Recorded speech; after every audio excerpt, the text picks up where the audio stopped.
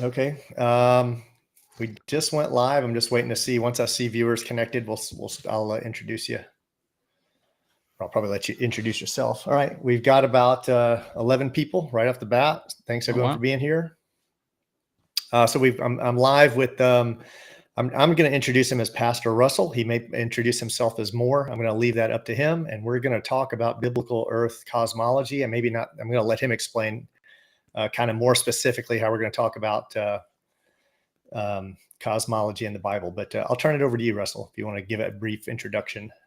All right, Bobby. My name is Russell, and happen to be a preacher. And I think I, like a lot of people who are in the flat Earth community now, saw something. Actually, a friend of mine, and I can't remember if it's 2016 or 17. I think it might have been the end of 16.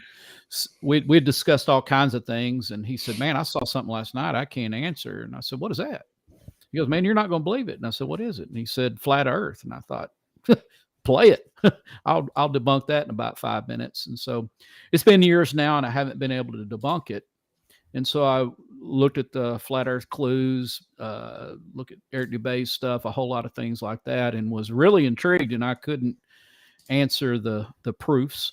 And then I'd seen somebody put something 75 verses about the flat Earth in the Bible. Well, that intrigued me, being a preacher, so I started looking into that.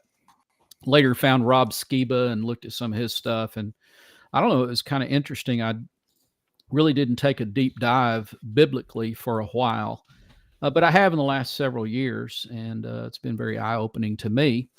And so anyway, I just contacted Bobby and said, hey, I'd be willing to share some things that I've seen in the Bible. And then one of the things I wanted to get into is when you say the Bible says, well, it's a little more complicated than that can be, but there's just some things that you kind of need to look at. So anyway, I thought we might discuss some of those.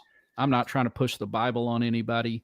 I just think if we're going to, reference the Bible, we ought to do it in the right way. So that's kind of why I contacted Bobby. I don't know where else you want me to go with that. No, I think that's a great thing. Out of curiosity, I'm pulling on that PowerPoint right now. We can, if you want to use the one you sent me, I'm pulling that down now, or we can, if you want to upload to a Google Drive and we can go to that one, that's up to you. Okay. I am curious, go ahead. No, I'm just going to say that they're essentially the same. I've kind of cleaned some things up and changed the order of the slides. So what's in front of me is not the same order that what you have. A lot of the content's the same, but we may fumble through it. I may switch over and watch your video, or when you've got it on there, and I'll just kind of ask you to go forward or backwards. So see how that goes. All right, let me share my screen here. 1 second. And I apologize for everybody. I had video earlier and now I don't. Yeah, and we were playing with it. And we were getting an R. We weren't like we were definitely. I don't know if it's antivirus or software, but yeah, we were getting some different things going on. Let me see right here. Yeah, listen. At the time, listen to Rob Skiba. Were you already kind of contemplating it, or at that time? Yeah, when I found Rob Skiba, I was already pretty well. It's hard to say. I was convinced. Yeah, shoot, I'm having trouble here with my connection. Can you hear me? Yeah, I hear you now. Well, I don't know what's going on here, but anyway, by the time I found Rob Skiba, I was pretty well in. I think I was pretty well on the same track as Rob Skiba was at the time. He was looking at it, and about the time I found him, he was at that point where he was looking at this thing, and then as he went on, he really did a deeper dive biblically. And so if I wasn't right where Skiba was, I was just behind him, kind of going through that same thing where it just seemed like every day it was a little more of a solid thing for me. I mean, I started out trying to disprove it. That was my point. I was going to prove that the world was a globe. Yep. Same to me. I was going to save a family member. I never even looked into this, but I had a family member, and my mom would always cook real good German cooking, and I'd bring friends over, and she was like always talking about flat Earth. And I said, Mom, just do not talk about this with my friends. They're going to think I come from bad stock. And she's like, she kept saying, just prove me wrong. Just prove me wrong. So one day I thought, well, this will be easy. And man, that turned into a mess. So yeah, I wish mine were let's that see here. righteous. Mine was not that righteous. mine was my friend. My friend said, "Hey, you ought to see this," and I smarted off and said, "Man, I debunked that in 5 minutes." And so my own arrogance got me in there. I was bound and determined I was going to prove it wrong. So, yeah, I don't know why we're cutting. They said we're cutting out a little bit. Let's see if it levels off. I'm on a fiber connection, guys, and when I do a test, I get like 600 megs up and 600 megs down with a super low ping. So I don't know what would be causing it, but maybe it's just temporary. Probably. Let's just move forward and see what happens. Okay. Well, it may be on my end. All right, we'll see. Let me. We'll see if we can get through it. It's too bad. I'm not sure how we'll. 1 second. This is popping up on the wrong side. I'm going to switch this. Let me reshare to the other screen. My presentation. It only pops up on my left screen. 1 second.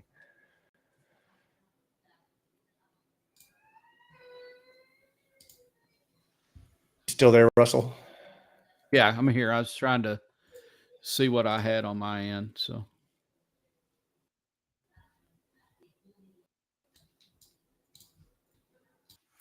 and I've got a wireless, long distance wireless connection, but I should be 100 up, 100 down, which should work.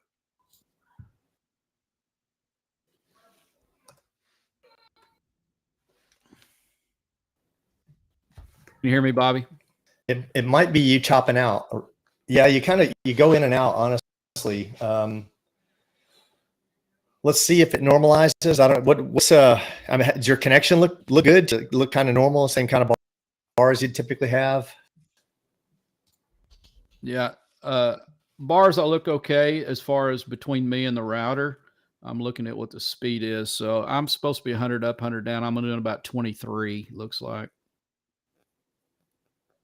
So I don't know why I'm slow. Yeah, figures. It's almost like they know, you know. I know Joe. I know it is, but it's all it's so cool. I do IT work and my connection's always ripping. As soon as there's you know, I guess. But okay, yeah, you're a little bit pingy to me. Let me know when you want me to go to the next game. All right, so let me get to where you are because I was trying to find. Okay, yeah, just go to. I was just going to read the text. Let's just go to the next screen, and it's going to be difficult for me a little bit. So, just thought we'd go and just read it, right? Because we don't always do that. Yeah. So from the ESV, and we could talk about stuff. In the beginning, God created the heavens and the earth was without form. I read an interesting thing about was right there, but and void, and the darkness was over the face of the deep. And the Spirit of God was hovering over the face of the waters. And God said, let there be light. And there was light. And God saw that the light was good. And God separated the light from the darkness. I think that one's an important one. God called the light day, and the darkness he called night. And there was evening and there was morning the first day. And God said, let there be an expanse. I don't really like that word in this translation, in the midst of the waters. And let it separate the waters from the waters. And God made the expanse and separated the waters that were under the expanse from the waters that were above the expanse. And it was so. And God called the expanse heaven. And there was evening and there was morning the second day. And God said, let the waters under the heavens be gathered together into one place, and let the dry land appear. And it was so. And God called the dry land earth, and the waters that were gathered together he called seas. And God saw that it was good. And God said, let the earth sprout vegetation, plants yielding seed, the fruit trees bearing fruit, in which is their seed, each according to its kind on the earth. And it was so. The earth brought forth vegetation, plants yielding seed according to their own kinds, and trees bearing fruit, in which is their seed, each according to its kind. And God saw that it was good, and there was evening and there was morning the third day. And then this will be our last slide on this reading. And God said, let there be lights in the expanse of the heavens to separate the day from the night, and let them be for signs and for seasons, for days and years. And let them be lights in the expanse of the heavens to give light upon the earth. And it was so. And God made the two great lights, the greater light to rule the day and the lesser light to rule the night, and the stars. And God set them in the expanse of the heavens to give light on the earth. And so I don't know what your next slide is there. Let me look, see where you're at. Try the next slide. And it just highlighted. So one of the things I noticed as I was going through there from the biblical account, and this is from the Bible's point of view, is that man is, on that previous slide, I mean, that one, you go forward one, is that we're a special creation, right? And that we are in view, that whole creation story centered around being a place and all the things that man needed to sustain life. That's the biblical viewpoint, that the sun, moon, and stars all exist for the purpose of man. The place in which we live was all for the purpose of man. And I think that that's something that's interesting to look at. It's the emphasis is not on the sun, emphasis is not on the moon, it's not on the stars, it's not even on the firmament or any of those things. So if you would, Bobby, if you'd go forward a couple of slides and with the Logos deal. Yeah, keep going forward till you got the Logos picture, I think. There it is. I'm not sure. Go back one. Let's Logos. keep this. Yeah, go backwards. Yeah, the first image. Oh, you're getting a good preview though, right?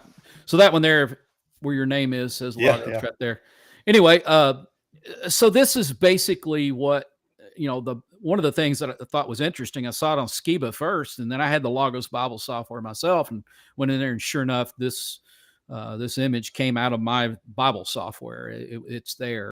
So they show the ancient Hebrew conception of the universe. What I thought we would do is just kind of look at that. That's kind of the picture as you go through all the Bible, or an illustration of the picture that's there. So you see the earth being suspended over water, that part of that earth, the dry land, is sticking up out of the water, that there was a firmament above, that the sun, moon, and stars are there in that firmament system, I would say. The word is just firmament. But the thing that I think is a little different in the Bible than what a lot of things are is there's said to be in that thing water above. It's almost as though there was nothing there except water. God created this firmament, put it in the midst of the water, separated the water from above it and the water below it, and then he caused the dry land to appear there in the surface. And that's the biblical picture. And so when I see the things where a flying plate going through space and saying, flat earth silly, you'd fly off the edge, that's not at all the biblical picture. So whether you agree with it or not, the picture in the Bible is more like, Atlantis or something, that we're completely surrounded by water. And you'll see in different places in scripture as we go through, it talks about the waters above the heavens, talks about the waters below the earth. That's pretty true all the way through. So that's a little different picture, a way different picture than I had in mind as far as the waters. But there's no difference. I mean, it's not like it's the mist above and the waters below. The water, it's waters. And so there's certainly words for mist and so forth. So words for clouds. So it's interesting. He says separate the waters from the waters. Yeah. Go ahead. Isn't it?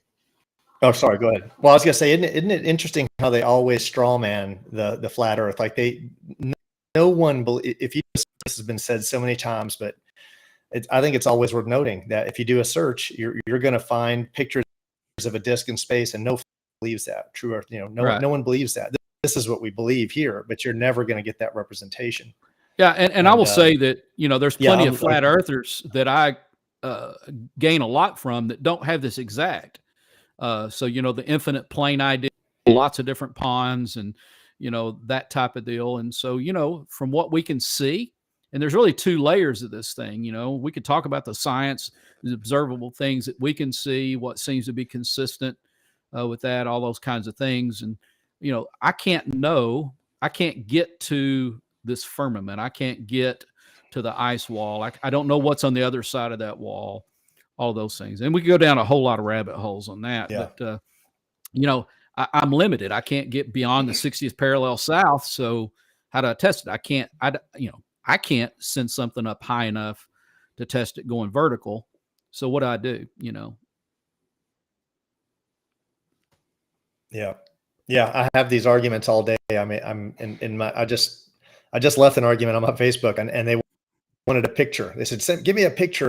Like, what are we going to do? Send a rocket up? Like, what do you expect? Anyway. Yeah.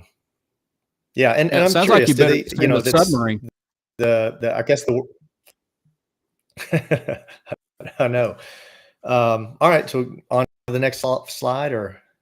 Yeah, go ahead to the next slide. I'll just respond to what's there. I think All right. Let me enlarge this, and that'll help me Let you watch this. Yeah, and so I appreciate what Rob Skiba did, but that's not at all the way I envision it. But he took kind of literally Isaiah 66:1. The earth is God's footstool, and so he kind of comes up with this whole idea. And I don't know. That's not. And I think he was also trying to get four corners. And so if you look at the continents, I think you can kind of go ahead.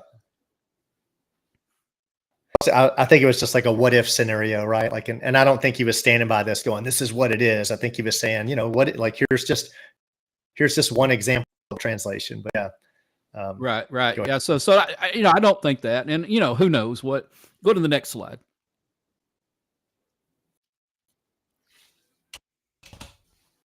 Now, what I did on this one, the background was white. But if I could draw my own illustration, which I draw terribly, or I would have, is the picture is that there is a waters above.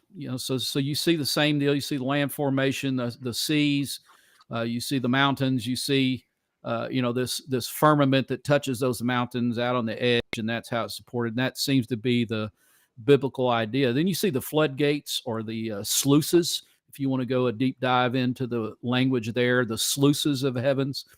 And so you see these windows of heavens, you see these floodgates under the earth, and then it kind of taking us to the flood narrative. But that seems to be the idea, not a hemispherical bunch of water, which is kind of silly to me, right? But up is up and down is down. And so that water is going to find its level. But somewhere, if you went past the firmament, you go through water, and then we'll see a passage where God lays the beams of his chamber upon the waters. And so I imagine that to be just as flat as our oceans. But, let you know when I get there. Yeah. Yeah. And so I just put this on here just to kind of show, here's what we were raised with, right? A giant sun, little bitty Mercury, little bitty Venus, still pretty small little Earth. Of course, the distances are way off, but man, you can't make a harmony out of the two cosmologies. They're completely different. And if you look at the sizes of all these things, we don't know the sizes or the distances, right? But in order for this whole gravitational math to work out, then we had to do something, right? And I think that established our distance from the sun, which started out at 1.5 million, went up to 104 million, went back down to 92 million. Now I think the standard is around 93 million miles.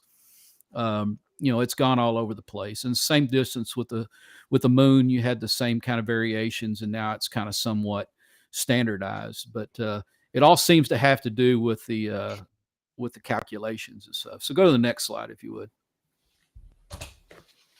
So if we look at the flood narrative, which, still in Genesis, in the 600-year Noah's life in the second month on the 17th day of the month, on that day, all the fountains of the great deep burst forth, and the windows of the heavens were opened, and rain fell upon the earth 40 days and 40 nights. And if you were completely surrounded on all four, 360 everywhere around us is water, then him opening up windows in the heavens, floodgates in the earth, you could very easily get a worldwide flood. There's plenty of water available. So that kind of fits. I put this verse here because think about this picture, and you have the Gleason's map kind of faded there. But if God sits, it says, and he who sits above the circle of earth and its inhabitants are like grasshoppers, who stretches out the heavens like a curtain, there's your firmament, and spreads them out like a tent to dwell in. Then God exists, according to Bible, just above this dome, just above the waters in this dome. And I kind of wonder if he's got a glass bottom throne, where he's looking through those waters through that firmament and seeing us. I think he's got a better viewpoint than that, but it'd be kind of interesting to picture God looking down on mankind, and that's he can see the whole thing from that vantage point. That's kind of the picture. And for me, the contrast between having a God who's near and looking and concerned, as opposed to having an infinite, universe that's huge. Where is God? And so the biblical picture has him near.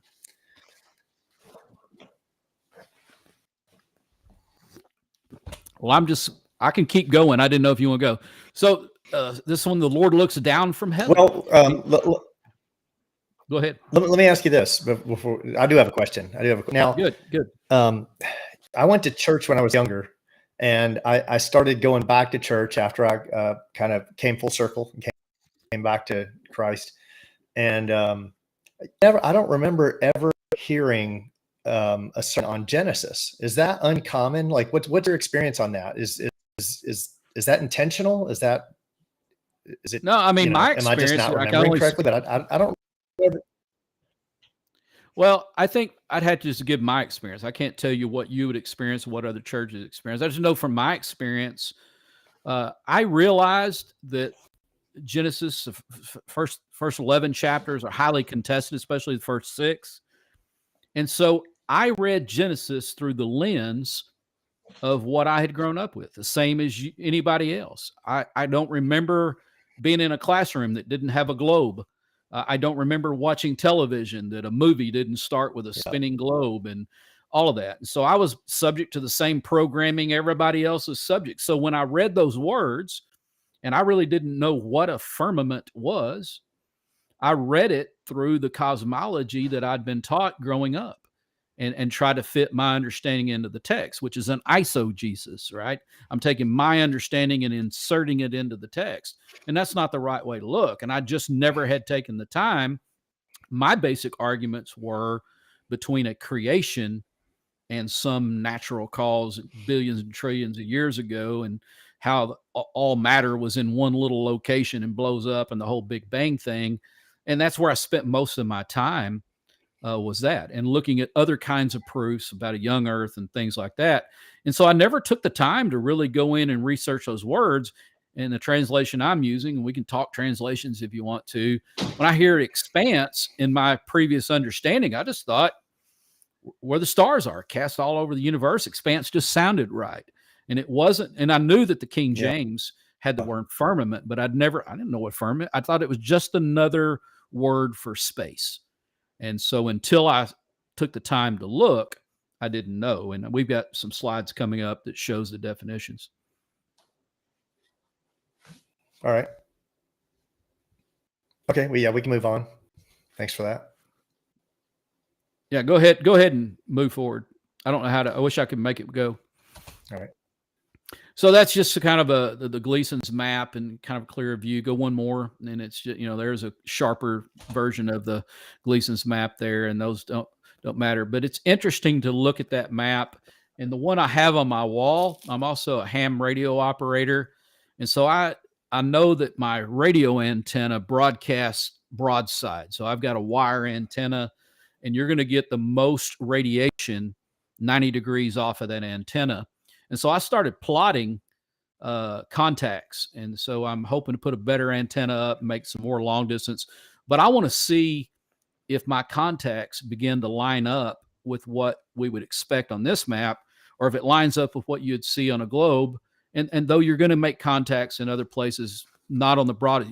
Look like the bulk of your stuff's going to be where your radiation is the highest, and so that's why I've got mine up there, and I got little push pins in it, and most of them are within a few hundred miles. But and then there's a whole nother thing I want to do in the whole ham radio thing. Yeah, I'm just curious, like what kind of background, what got you into ham radios? You have a technical, like an engineering background, or like what you just figured it out, got into? No, I have a good friend who was a ham, but he was kind of lonely. He wanted his preacher to get on, and so he taught me into it. And I met some of the local radio operators, and so we do a storm chasing kind of thing and do some things. And so I went and got my general class. Took both of my first 2 tests, got my general class. So I'm not a big ham operator, but I am a ham operator, and that's just one of the things for me. I just want to chart that out and see how it populates. So go ahead to another slide if you would. Right. We'll keep pushing forward. I think I got 80 slides on your end.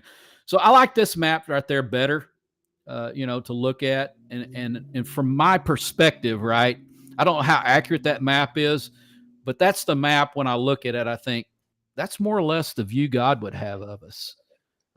That's what he would see from the biblical description. And so that's really interesting. And then later we'll get into some passages like, when Jesus returns, every eye will see. How would that be possible? Well, from that perspective, it looks real possible. On a round ball, it seems difficult to me. Yeah. Go ahead to the next slide. All right. And so let's go back and look that word expanse. Go ahead to the next slide. And we'll just go through these definitions one at a time. We're not going to reread that. We read that. But here's Brown, Driver, and Briggs, one of the standard Hebrew lexicons. And you see that it means an extended surface. The idea is solid expanse, as if beaten out. An expanse you see down there in parentheses, as if of ice, supporting thrones, the vault of heaven or firmament regarded by the Hebrews as solid and supporting waters above it.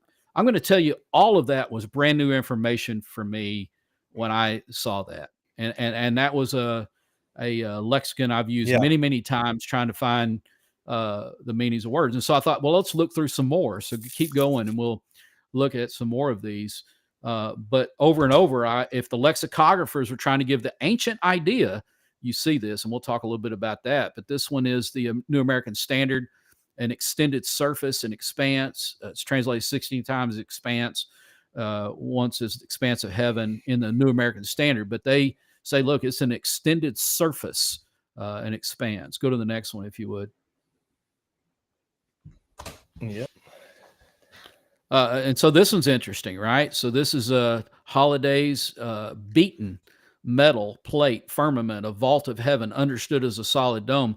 So the word itself has within it this image of beating a piece of metal flat, like you're going to make a shield or a symbol or something. That's the mental picture. And so in usage, it talked about, at least used in this way, the firmament that's above us.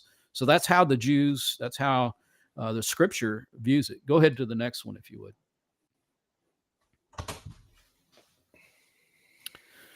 So this one is the Strong's, and a lot of people have a Strong's. And so again, firmament 17 times, extended surface, solid, expanse, firmament, flat as a base, support, firmament, the vault of heaven, supporting waters above, considered by Hebrews as solid and supporting water. So over and over and over, I kept seeing the same thing. So if you go to the next slide, and I'll do a little bit of explaining while you get there. So for years, you had the Hebrew text, and then about 600 years before Christ, if I remember my dating right, the Hebrew Old Testament was translated into Greek in what we call the Septuagint. And so I looked it up in there. So what did they do? When they translated Rakia from the Hebrew, they came up with stereoma, which speaks of something that's solid. So the sky is a supporting structure, the firmament. And then used other ways, a state or condition of firm commitment, firmness, steadfastness. But there is, in the idea that I grew up thinking sky, thinking empty space, biblically, and in these early, the original and also the early translation here, all has this idea of something solid, beaten out, something that's firm. something that can support. So that's the idea in firmament. So I'll just let you ask your questions. I may not have answers.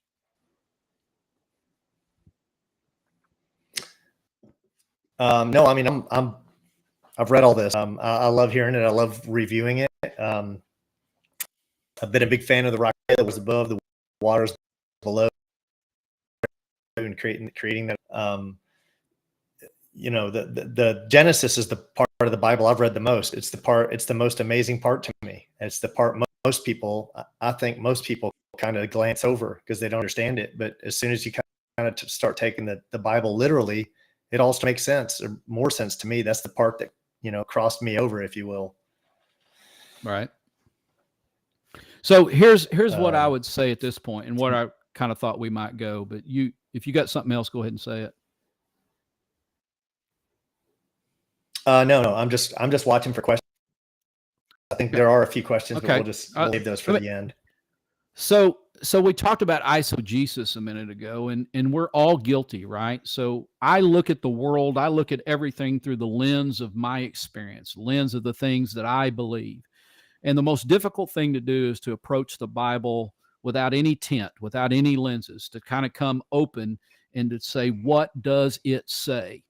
Because I'm always going to understand things initially through what I've already accepted, and look at things through that lens. And so I think a lot have. And so there's some guys that do a great job in a lot of ways who say, well, when God made the world, there was a firmament, there was a solid structure above, but at the flood, that came down. And so there no longer is. Now we know it's just empty space, but it used to be a solid structure, probably just ice, and those kinds of things. Well, as I continue to study and you get past Genesis, that doesn't seem to be the case. So keep moving forward in the slides, and I'll just react to whatever comes on the screen, because I can't remember the order that you have. Uh-oh. Did we lose the screen share? Oh, no. Did we? Oh, weird. Oh, let me add it back quick. I don't know how I did that, but I'll add it right back. Entire screen. Here we go. Here we go. Should be back. Okay. I'm not seeing it yet. There we go. And so we look at the lights. And so let's just talk about that. So according to what we read earlier, let there be lights. Okay.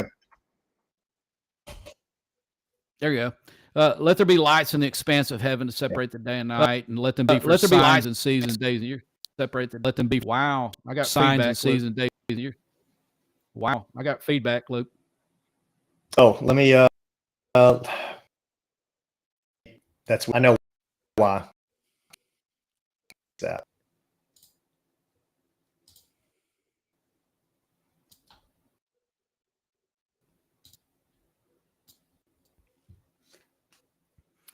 I'll just say this while that's going. So I didn't realize it would. It just put me in a loop. So I was hearing myself a couple of seconds later, and it was throwing me off. But anyway, so God puts the lights in this expanse, in this firmament. And one of the things that was most compelling to me as I was looking at everything is these P900, P1000 photographs and videos of the stars, because they don't look anything like what I would imagine they would have looked at, like when I heard that they were just other helium balls like the sun is. So I expected to see little miniature suns, and to me, they don't look anything like that. And so it looks like a different kind of light. It looks like it's going through some medium, but it certainly, when I read this text, it looks right to me. I mean, the Bible text looks like what I see when I look at those pictures, and so I thought that was interesting. So go ahead, and we'll move forward unless you got questions. In them, like our.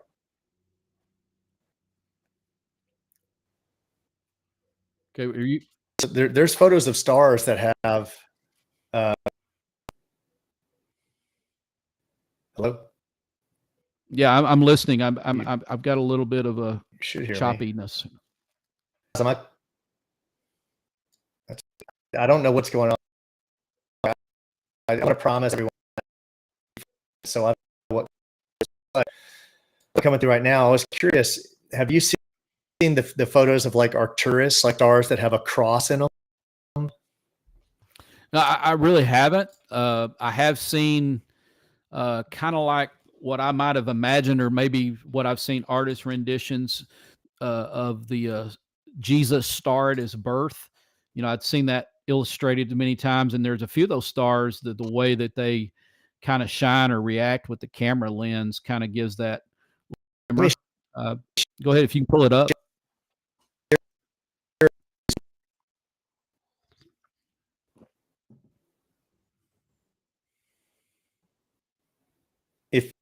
if you in on Arcturus,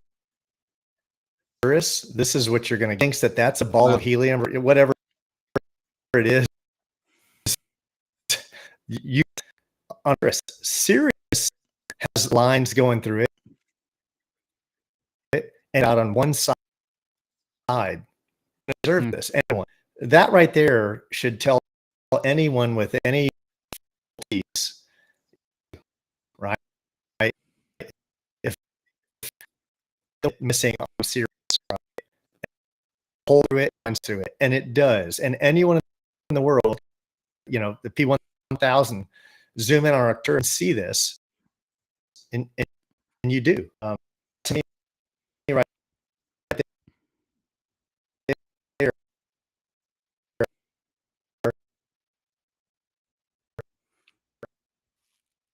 Wow, I tell you what, I'm really glitchy right now, so I don't know if you're talking to me or.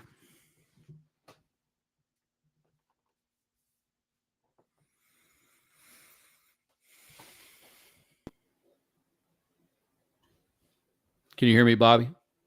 There you go. Yeah. Yeah. Going on. I'm just going to do it. Yeah. Well, I'm going to check my speed on the back end, but go ahead and feel free to talk. I don't. It's maybe all on my side, but anyway, I just threw that one up, and there's other pictures of stars, and man, that is not what I thought they would look at. But consistently, it much of a search on YouTube to find star after star after star that somebody has just taken their high zoom camera and watched, and they certainly look like they could be some type of light shining through a liquid medium. Certainly looks possible, and when you watch them glimmer. So that was all I was going to pull out of that. I haven't really looked at the lines and the notches and the things that you pointed out. Yeah. Yeah. If you zoom in on some of these stars like Arcturus and Sirius, they're and look at them, right? I don't even know what star this is. Actually, I could tell because I have all the ones that are abnormal, so to speak, archived. But here's, why do you have some stars looking like this, like sonoluminescence in water, but then you get some that look, they have very succinct patterns to them, right? That should be a huge red flag. And I think everyone should be an amateur astronomer to some extent. Yeah, I just know that when I hear that little song we sing as kids, "Twinkle Twinkle Little Star," it means different to me now. Yeah, for sure. Yeah, go to the. There you go. And there's some of the what we call planets, what the Bible would have as wandering stars. One of the things I've heard lately, which I think are worth looking at, are those lights, as Scripture says. Are they reflecting the sun's rays? And we're seeing a reflected image. The fact that they show up in our sky brighter than the stars, at least in several cases, pretty interesting. And so they're listed in Genesis as lights. So are they luminescent or are they reflective? And the Bible would say they're luminescent, that they're lights. Yeah. So let's get into a few that maybe we hadn't got into as much here. When he drew a circle on the face of the deep, he made firm the skies above. When he established the foundations of the deep, when he assigned to the sea its limit, so the waters might not transgress his command, when he marked out the foundations of the earth. And so it's really hard, if you're a Christian, to harmonize this idea of earth having foundations and having a magma core, a liquid core, melted steel core is basically what we're told. Now, one of the things that I've learned, one of my other little hobbies is I kind of got into making knives, and I tried my hand at forging them. Most of what I do is just stock removal. But if you're taking a simple steel and you're going to heat treat it, you heat it until it gets red hot, and the way you know that you've got your steel hot enough to work or hot enough to heat treat is when it loses the ability to be attracted by a magnet. Isn't that fascinating? If I get steel up around that 1800-degree mark, it no longer is attracted by a magnet. And so we know we have this magnetic field in the earth. So this molten core idea just doesn't seem to fit at all to me, unless it all is in that 40 miles that they say of cool crust, or maybe a little deeper than that, wherever you're going to hit that 1800 degrees. But it doesn't seem to make sense at all to me in that heliocentric, and certainly doesn't fit. How do you get foundations and this liquid center? So I think that's what some of the next slides show. All right. He builds his lofty place in the heavens and sets that's his heavens, foundations on the earth. And so it seems that the beams of his chambers lay on the waters that are just above. And so there's this idea that this structure that for us is the firmament, for him is like the foundation of heaven, is what the picture is, it seems to me. He stretches out the heavens like a tent, and there it is. He lays the beams of his upper chamber on their waters. He makes the clouds his chariot. Now, I'm going to jump in right here and say that I think if we're fair, I have to read Genesis, which is part of the law, differently than I do Psalms, which is a book of hymns. It is poetry in that sense. It's songs. When I get into the prophets, then you're going to have a thing that they call apocalyptic literature. And so it's word pictures. And so I've got to look at different pieces of the Bible text a little bit differently depending on what the genre, but we do that all the time. You know, I grew up in the 70s, and when that disco song said "She's a Brick House," I wasn't looking for a brick house, right? I was looking for a statuesque woman because I knew what it meant. And so language, depending on what kind of language we're using, is different depending on the type of language. So at the same time, what else are you going to understand that to be? So he stretches out the heavens like a tent, draped over us. The beams of his upper chambers on the waters. But it's one thing for us to look at is notice what kind of literature we're in. Once you go ahead, if you get a chance, go to the next one. We'll keep making. He sets his earth on foundations, never to be moved. Psalm 104. Keep going. And then we go back to that picture. And so, yeah, I just wanted to real quickly look at that picture and then go forth to the cutaways with the magma. There's a way different idea. So in that biblical idea, the idea is that way underneath us is the great deep, is the waters below. And that somewhere in this earthen structure under our feet is what is viewed as Sheol. And it's hard to tell from the text if it's envisioning it being an empty space or of it being a water-filled space. But I don't know what it matters if you're a spirit, if it matters if it's water or space. But there seems to be some sort of void underneath us and not different levels of molten rock and steel and metals. That doesn't seem to be the picture. So move on forward, if you would. Yep. And that's just another depiction of that. And so I don't know, what I understand is that when there's an earthquake, they take the seismographical, things back, and somehow they can look at it and determine what the state of that is deep inside the earth. And so I'm a doubter. I don't know that science, so I couldn't speak to it. But that seems to be, no one's gone more than 8 miles deep. No one's gone more than 6 miles deep in the United States. And so everything is based on a presupposition and an interpretation of the seismic data. And how accurate that is, I don't know. But it doesn't seem to fit the biblical description. I was just going to say, you notice on one of those verses, it talked about the face of the earth. And one of the things that's interesting is you can paint a face on a ball. And you could talk about the face of a ball. I mean, my head is basically globular, and it has a face. But if you move forward in the slides, a clock has a face. That's another kind of face, and keep going forward. You notice I put a 24-hour clock, by the way. Look at Proverbs 8:27. When he establishes the heavens, I was there. When he drew a circle on the face of the deep. Now go to the next one. It is he who sits above the circle of the earth, and his heavens are like grasshoppers. That one's out of order from what I had. Keep going again. I had several, and this is going to be kind of where this thing is going to break down a little bit because I sent you an early part of this.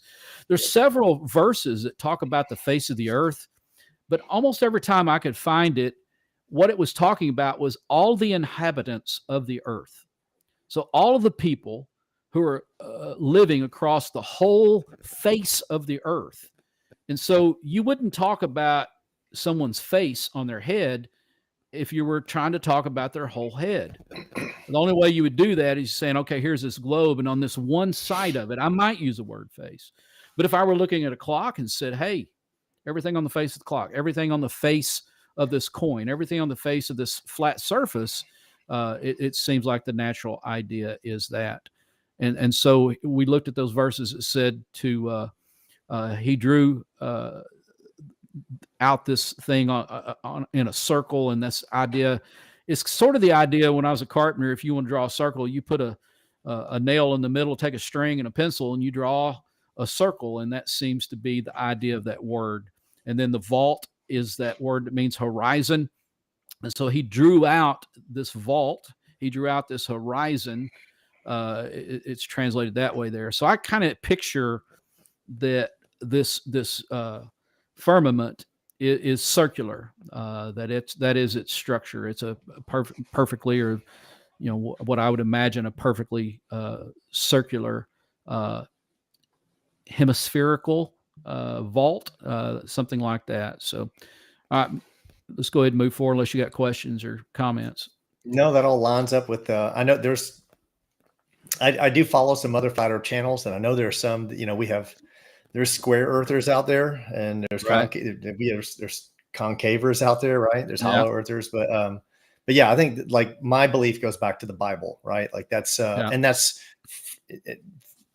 from my research and understanding, everything confirms the Bible and vice versa, but yeah, and so let's go ahead and go to that. Yeah, me too. And then when I get here, Revelation, now we're in the Greek language, and quite a bit closer to our time, somewhere not too long after Jesus, and talks about the broad plain of the earth, and that seems to be good translation of what's there. And so there's this idea of the face, the broad plain seems to be the picture. Go ahead if you would, and we'll get to where I'm trying to get there. That word platos in the Greek there is what was translated there, and it means breadth or width.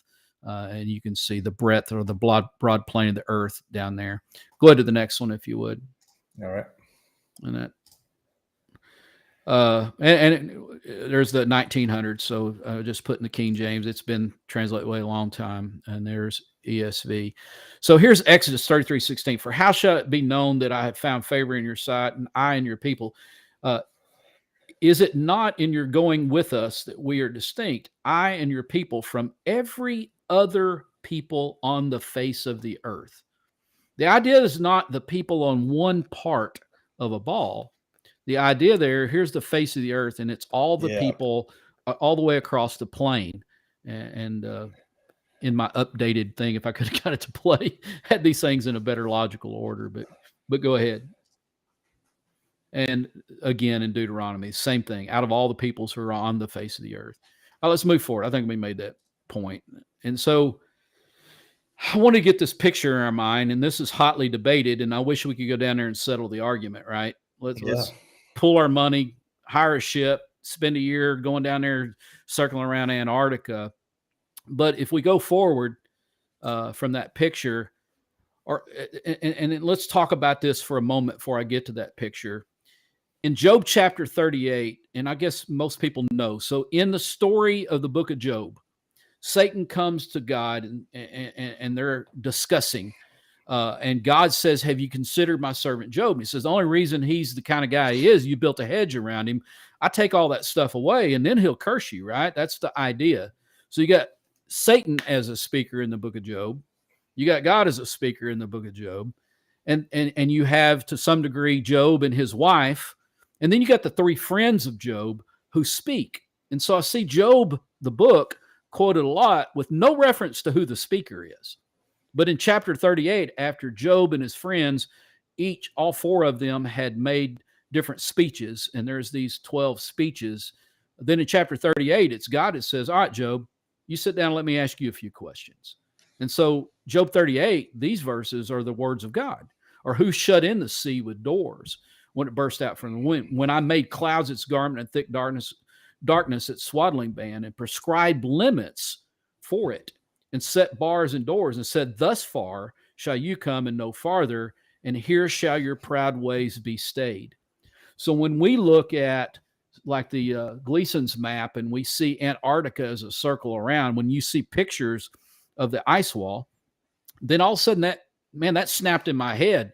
God said, look, seas, you're going to come this far and no farther.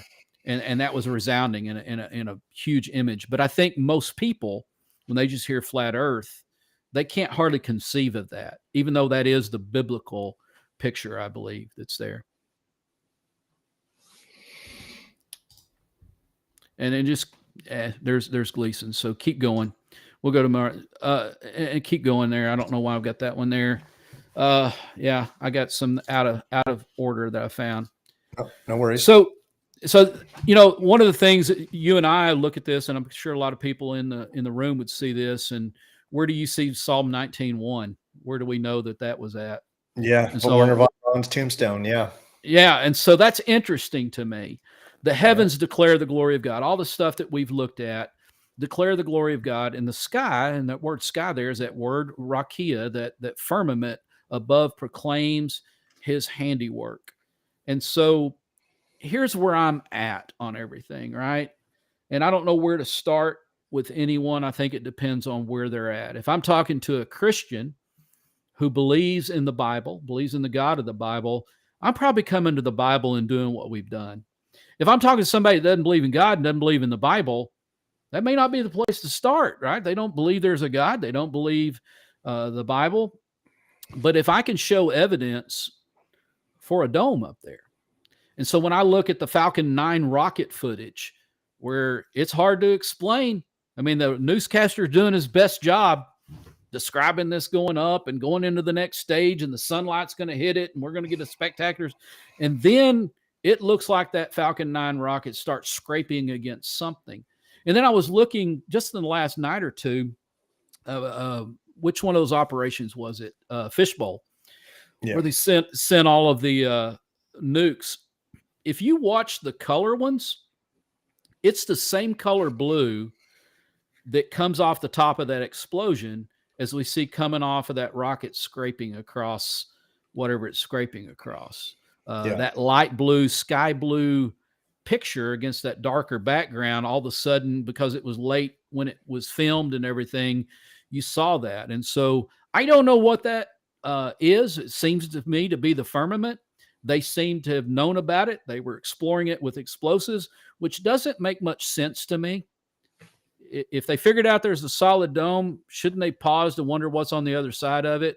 And if it's like the Bible said, there's oceans above it, doesn't seem like it'd be a good idea to me to blow a hole in it. It doesn't appear that they did. So I just think that that's interesting. But here's where I'm going is Paul said in Romans chapter 1 that men are without excuse. They ought to be able to see from the creation, from the world that he's created, that there is a God. But if we've been lied to since the day we could understand anything, that we live on a spinning ball hurtling through space at unbelievable speeds, then we'd lose that opportunity. I think that's why there's an Antarctic treaty. If we could get to that wall, if we could easily get to that wall, people would know. And then all of a sudden, you've heard there's no atheist in foxholes. Well, I promise you there's no atheist in a terrarium, in a water world. Exactly. If we live where the Bible says we live, there is a God, and there's no Big Bang or any other kind of explanation that it can be. And so to me, that's where to start with somebody that doesn't believe in God, is look at the evidence of where it appears we live. And then the fact that the Bible perfectly describes that, I think, is a stepping stone. Could you imagine the world we would live in today if everyone in the world knew we live in an encapsulated flat Earth with a dome over it, right? Like it would be a completely different reality. Oh yeah. Yeah, you wouldn't have criminals. You certainly wouldn't have murderers. You wouldn't have. I mean, yeah. Well, I think about this. This is one that gets me, and what really caused me to want to reach out to you is that I see year after year, we raise up these kids. They've been in our churches. They've listened to the Bible stories. They've done all of that for all the years growing up. Then they go off to college, and they've gotten some of it in high school, but they get off to college, and the idea of a God and a creator and a flat earth or any of those ideas would be just ridiculed. And so all the classes they take that even touch cosmology in any way, it's going to be Big Bang. It's going to be Darwinianism.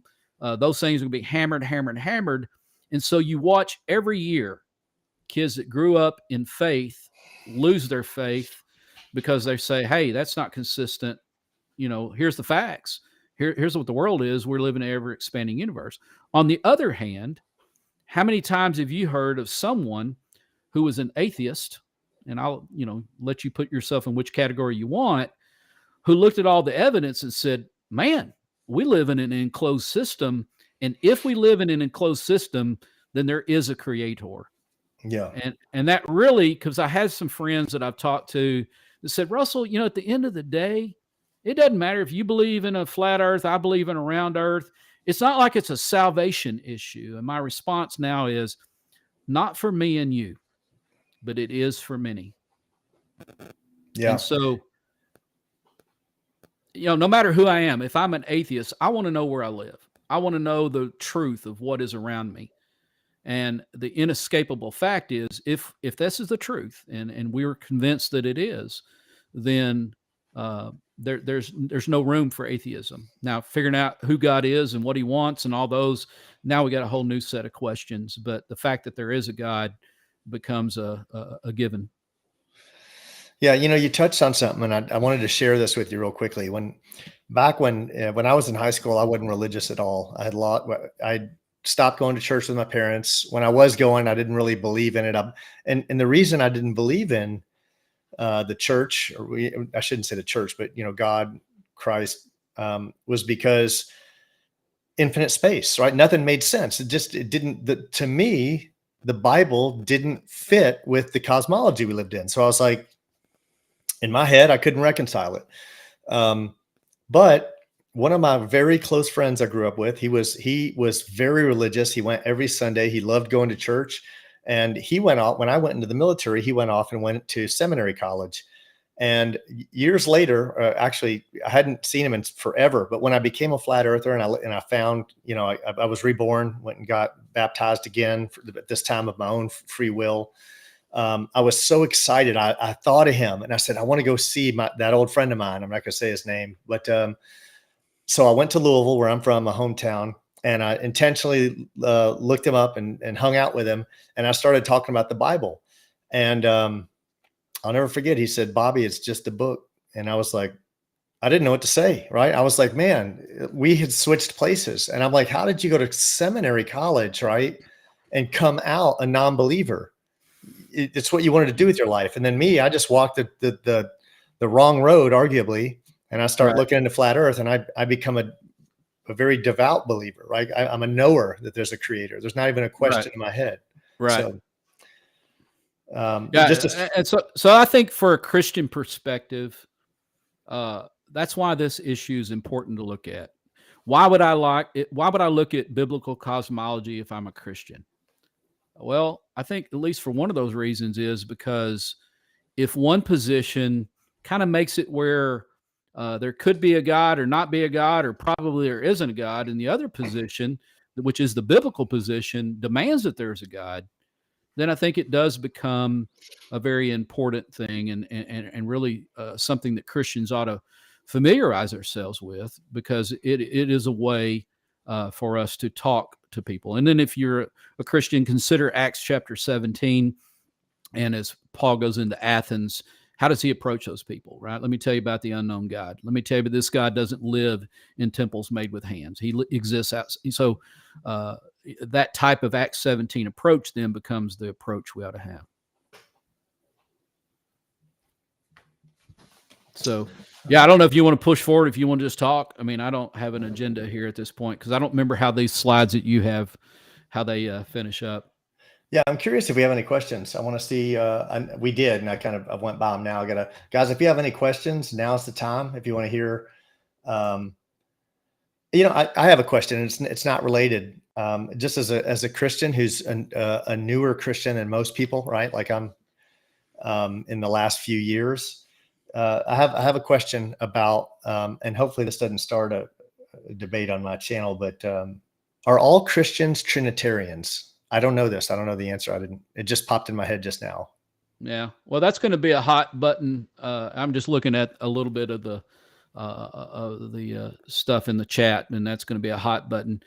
Certainly was raised as a Trinitarian. I guess my view is going to be somewhere between those Messianic Christians, we would say, and sort of the traditional ideas. I think whenever Jesus became man, Philippians says, although he existed in the form of God, he did not consider equality with God. None of the King James said, consider it not robbery. But I think the right view on that is he did consider that equality of God something to be held on to. The word means grasped. And that idea of grasping can either talk about the initial grasp of something, to grab a hold of something, like a thief would grab a hold of something he was stealing. But the same word was also used in the idea of grasping of something you would not let go of, you held on tight to. So I think the correct translation there is the idea that even though he existed in the form of God, he didn't consider equality God something to be held on to. He emptied himself, became a man. And then we also know from 2 Timothy that we now have one mediator between God and man, and that is the man, Jesus Christ. And then when we come over to 1 John chapter 3, verse 2, it says that when he comes, we will see him as he is, for we will be changed to be like him. And so I don't believe we're going to be existing in the form of God. We'll be existing in whatever that form is that Jesus is in a glorified state. And so if we were looking in Hebrews chapter 1, talking about Jesus' incarnation, it says he was made a little lower than the angels. And so I think as mankind, we're a little lower than the angels. That from a heavenly perspective, we're a little lower. From my perspective, we're quite a bit lower than the angels, right? Yeah. But we're gonna hopscotch over them and be like Jesus and share his glorified human, I don't know how you'd say that, form, and that would exceed what we call angels. Yeah, I thought it was interesting in the Bible. It said one day we would judge angels. I was just reading that today. I saw something about that. I understand that a little bit differently as well. It also says we'll judge the world. And I think the idea is here are the angels that existed in the presence of God and they rebelled. And then here are us. That's what I was thinking. Earth. Yeah, and we don't have that same benefit that they had, and yet we believed. And so it's our choice judges them, not the fact that we get to be the ones. And the same thing with the world. We all had essentially the same kind of opportunity to take the information that we received and do with it. And then what choice did we make? And I think in that way we judge the world, but that'd be my understanding of it. Let me ask you, do you, this is a weird question to ask. I'm just curious. As someone who started praying, not long ago compared to most people, is it wrong to pray to God, or do you have to pray to Jesus? Like, I know these are, maybe you get these questions. I have no idea. What are your thoughts on that? No, I think people were praying to God a long time before they knew who Jesus was. But Jesus did say, if you ask anything according to my name, or you ask anything in my name, I will do it for you. So there seems to be something about doing it. In the name of is not something that we think of. It was big in the Hebrew mind. I remember being a little kid and watch these police shows, and I don't know why it was always this way. The thief would run, the cop would run after him. And then when everybody's getting tired, he would yell, stop in the name of the law. There's that authority. And I do think that Jesus, the idea in Scripture is that he purchased us an access. That when we sinned, we separated ourselves from God, and in Christ, we now come into His presence, and we do that by His sacrifice. So in prayer, Romans chapter 8, He intercedes for us. The Spirit intercedes, and then we see the idea that He intercedes for us. And so, if you want to get legalistic about it, can I say a prayer and not say in Jesus' name? Well, I don't think I have to say in Jesus' name if I realize I'm praying through Him. He gave me the access to the Father. I think that's the idea. Interesting. Okay, yeah, no, I value that. I do. I'm still trying to figure it all out, man. It's so when you start reading the Bible, and someone told me to start with the New Testament, and I didn't, which was probably a bad idea, because when you start with the First Testament and you start getting into Numbers, and some of these books are really complex, but yeah, well, yeah, when we come over in the New Testament in the book of Galatians, Paul's going to say that the Old Testament was a paidagogos is the Greek word, and we just don't have the same thing in our culture and in our language, right? So we don't. Sometimes it's translated tutor, child conductor, school bus driver. There's all these things, but in the wealthy of the Jews, if I was a family that had some means, before my son went to study under the rabbi, he in his younger years would go and be in the custody of a paidagogos, and he was a basic moral teacher. He taught me right from wrong. He taught me how to do things, single file lines and to be pleasant, all those things. And he got me ready. So when I went to study under the feet of the rabbi, I had these basics. And so Paul refers to the old law as being the basics, as being the paidagogos that brought us to the real teacher, who is Jesus. And so there's that perspective. And I wish I could, off the top of my head, remember the chapter and verse in Galatians. But if you read the whole book, you'll find it.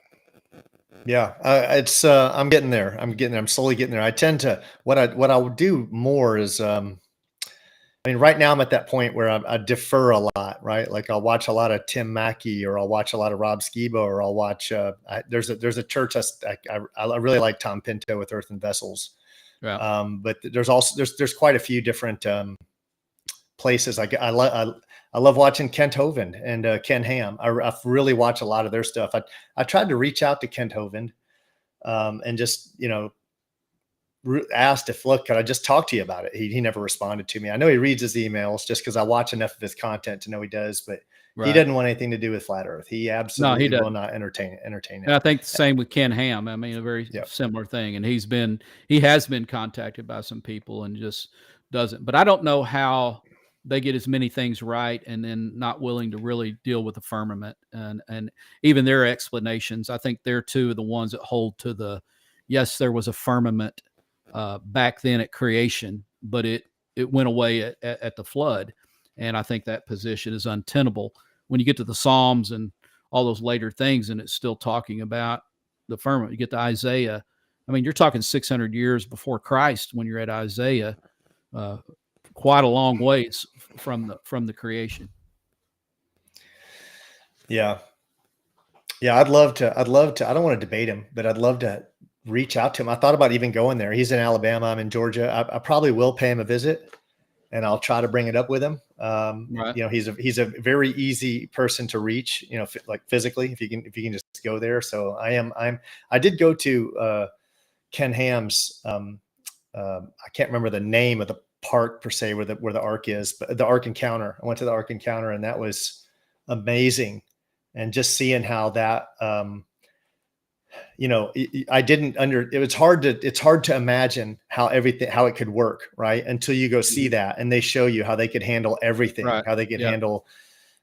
So yeah, that was super cool. I think somebody that didn't even believe in the Bible would enjoy that Ark Encounter. There's just so many ideas there, some things that, like one of the simple things is they wouldn't need to be mature animals. They could have been, juveniles.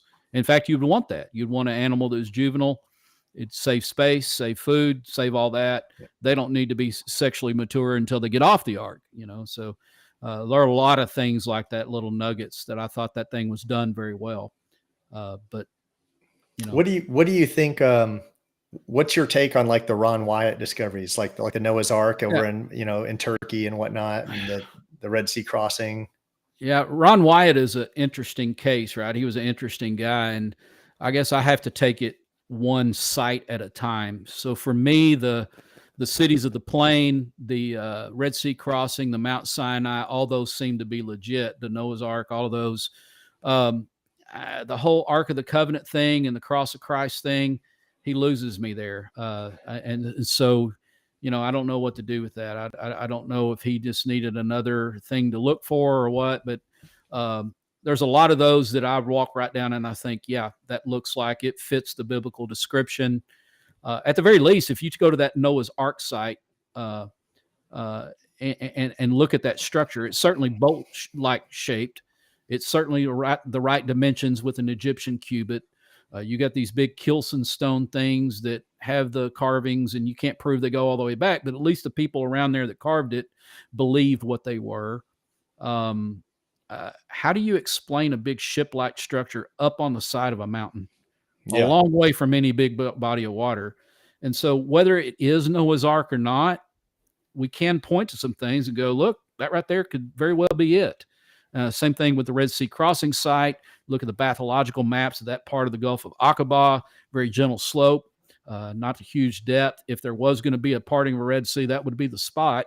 You look down there and see a four-spoke wheel shaped structure that's a little thin, gold plated. How do you explain that? You look at the shores on either side would easily fit the 1.5 million estimated people.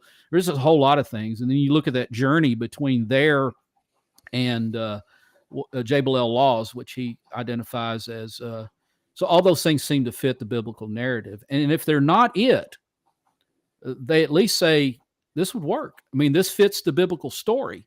I think it's it, but it doesn't have to be it to say, look, the biblical story is quite possible. Could have been even right here. And for me, that rock next to Mount Sinai that split and it has the erosion where it yes, looks like tons of water had gone yeah. through it. I don't know how you get past that one. Oh, and I've watched them all several times. The Sodom and Gomorrah, that rock at Mount Sinai, the burnt part of like part of the Yeah. mountains burnt, and the chariots at the bottom under the Red Sea, and the ark has the 3 layers as it should. It has the bitumen on it. They went in there. They actually did tunnel in and took samples of it, and the sonography, they went back. They've done it several times now, and it just keeps getting better and better. But Yeah, and the fact that it's laminated wood, and so we've read the Old Testament account and thought, what is gopher wood? Don't know what gopher wood, and it could well, as Ron said, reference that laminating technique. Uh, would not have known without that at least that structure had steel plates and steel rivets, but it really shows a high level. Whatever that structure is, a very high level of construction, and so it certainly would fit. have you? All right, now this is getting a little bit out there, but I'm just curious if are you familiar with David Vos or Trey Smith? Have you ever heard of either of those 2 YouTubers' names? Those names sound familiar, but I don't know. Okay. I don't remember why they sound familiar. So, they both do it. But if we just talk about Trey, I've been watching a fair amount of their stuff as well. And what he gets into is tying in Sumerian history into biblical history, right? Mm-hmm. So, and not just Sumerian, Akkadian, Babylonian, Egyptian, and he takes all these old documents. I shouldn't say documents. Back then, they're in stone, right? So he takes all Right. these, whether it's the Epic of Gilgamesh or the Numa Elish or all these different, and he ties them into the Bible in such a way that Right. it's absolutely fascinating. But I know that like things like that, I just like. I entertain those things, and I don't commit to anything. I'm just Right. like, could Yeah. be, but it is Yeah. fascinating. There's a guy named Ted Stewart who did a book on Egyptian dating because it seemed like everything's kind of dated in reference to Egyptian dating. And he went and showed why certain adjustments need to be made. And he cited things like years from, before, or after eclipses and different things, and when you made those adjustments, not in the biblical narrative, you made the adjustments in the Egyptian narrative, because I think some modern historians have codified it wrong. At least he believed that. Then everything starts lining up very easily. And then you see who was the Pharaoh of the Exodus and those different things. And it becomes really interesting. And so it's not a very, that book, I don't know how many, issues were published, not very many, but it's a fascinating book. And if you PM me or something, I'll give you the information on it. But it's called the Mystery of the Exodus or something. But it's in that vein and was very eye-opening and very interesting. I absolutely love that kind of content. That it just fascinates me, right? And I don't think there's anything wrong with it at all. Like just going out there and considering that. Like I do consider the Bible my foremost source of truth, but I think that that doesn't mean there's not necessarily truth outside of there, right? Like there's still, it doesn't necessarily have to contain all truth. Like I think there can be truth outside of there. Yeah, the Bible, you get the idea that things are written for a purpose, right? So the Bible wasn't, here's all truth, right? Here's everything that you could possibly dream up to ask, right? No, the law, the children of Israel needed to know the law of God. That needed to be in there. As the prophets write, whether it's Israel or whether it's Judah, they've moved away from God. There's particular sins that they're committing, certain things that they've gotten into. And so there's a polemic. They're writing to correct those problems. Now, as we get it, I think we have everything we need as Christians. But it doesn't mean we have the answer to every question we might possibly dream up, because it wasn't within the purposes, right? Yeah, I find it fascinating. Now, and again, this is just I'll leave it as a possibility when I read it. Like I've read the Book of Enoch 5 times. I shouldn't say read it. I've audiobooked it. Similar, right? I cheat when I say that, but I don't take it as biblical fact. I don't hold it to the same, but I hold it as possibility, right? And I especially find intrigue when you're talking about the story of like the Watchers coming down and taking women as their wives and creating the Nephilim and whatnot. That stuff to me is just fascinating. And honestly, I think that would, like, everyone should know those stories, right? Like that is, I think they're fascinating, and it would make everyone more interested in the Bible, like knowing that there's that history is arguably part of it, right? Like I don't know if I'm saying that right, but and so you get into some interesting things, right? So when we find these ancient copies of these documents, right, they're chiseled in stone. We can closely date them to approximately when they were written down, and those are locked in time. Now, when we come forward, and then you've got people who said, okay, this one belongs in the canon, this one doesn't belong in the canon, and things like that. I think there's room for us to look at that and say, okay, does Enoch belong in the canon? Well, Jude's going to quote from it in his book. There's going to be some other, looks like, nods to it. And so, what do we do with it? And so I would place it ahead of Josephus, and we cite Josephus all the time because he's a historian that gives us good history and lets us know about things. But the Book of Enoch does the same, but it also seems to be a little more directly about what the Bible's about. So, it's interesting what to do with it. Certainly, from a flat earth perspective, it's right down the line what we're saying. When you get into the incursion idea of Genesis 6, then it leans the same way I would lean. But, can I cite it as an authority, or do I cite it as, hey, from antiquity? The first century Christians were familiar with this. They must have believed it this way, right? At least they were familiar with the story that interprets Genesis 6, 1-4 in this way. Yeah, there's 3 questions for you. I'm going to hit you with all 3 and let you answer all 3. Stuart said, he's one of my co-hosts on Saturday. He says, Russell, what do you think of my theory on high and low pressure opening up the sky windows in low pressure? I don't fully understand that question. I would need more. I would need to get with him sometime and hear his theory out, because I don't know. I mean, as far as what the looking at the Bible, what's called the windows of heaven in most of the translations is really looked at as an opening in a wall, like a window, or it could be like a sluice in a dam, where you had a dam holding back the water and you had the sluice that you could open up and pour water through a dam. That would be a equally as good word to use in a translation as the sluices of heaven. So I don't know how that fits with a high pressure, low pressure idea. I don't know. Joshua Sarlis asked 2 questions. He said, how can I get hold of Pastor Russell? And he said, what are your views on the rapture? I find that one difficult, right? And so, yeah, I mean, I've been watching a little bit, and there's all kinds of stuff out there.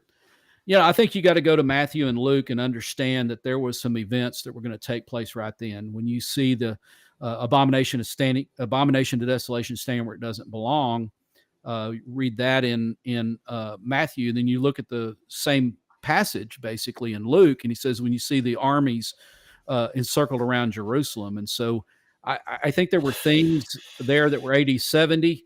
I think that those verses, there's 2 men working, one's taken and one's left, was not about the rapture, but about how fast the Roman army came through Jerusalem.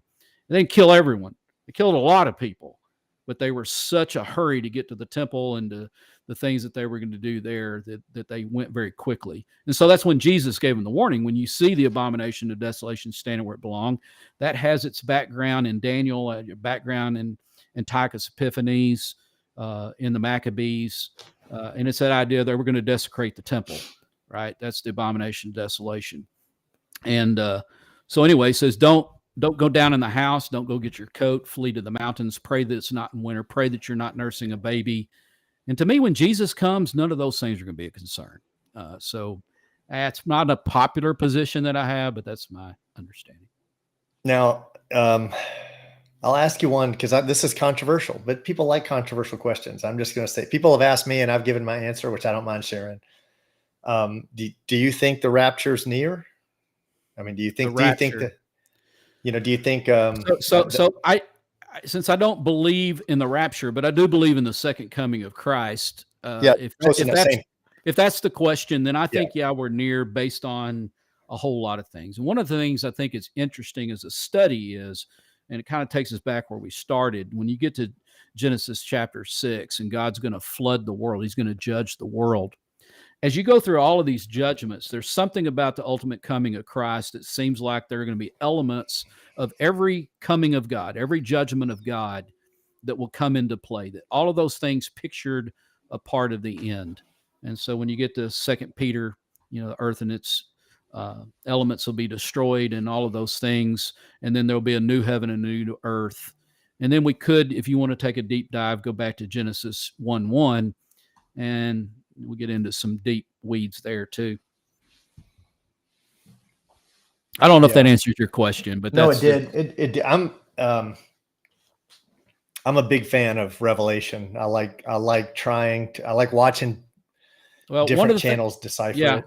So one of the things I think any student of Revelation is going to have to deal with is chapter 1 and chapter 21 both say these things are going to quickly take place.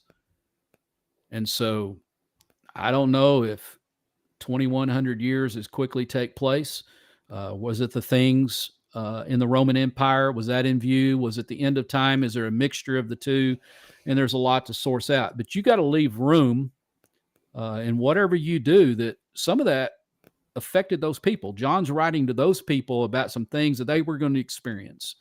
And I don't think you can deny that from the words in chapter 1. So there's certainly not time to break all that down.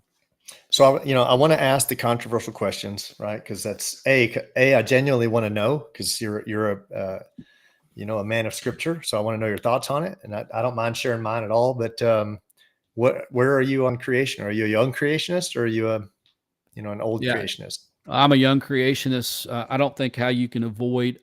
So if I'm going to take it in a literary form, the literary thing that we read, those first 14 verses. So we read consistently, there was morning and there was evening the first day.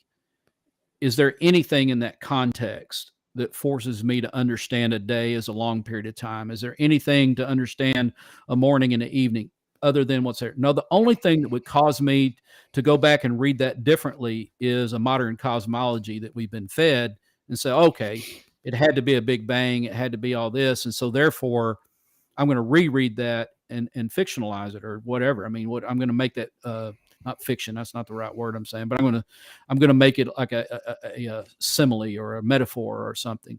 No, I mean, if I'm just reading it at first blush, I think 6 literal days of creation, probably 6,000, 6,500 years ago. But here's where I'm going to differ from a lot of people. If you do a deep dive into verse 1, it seems as though that the water, the land that wasn't visible, that there were things that pre-existed our creation story. And if you look at that word was, I briefly mentioned it but didn't explain. It's the word hitch in the Hebrew, and could be translated. And I'm not a Hebrew scholar, right?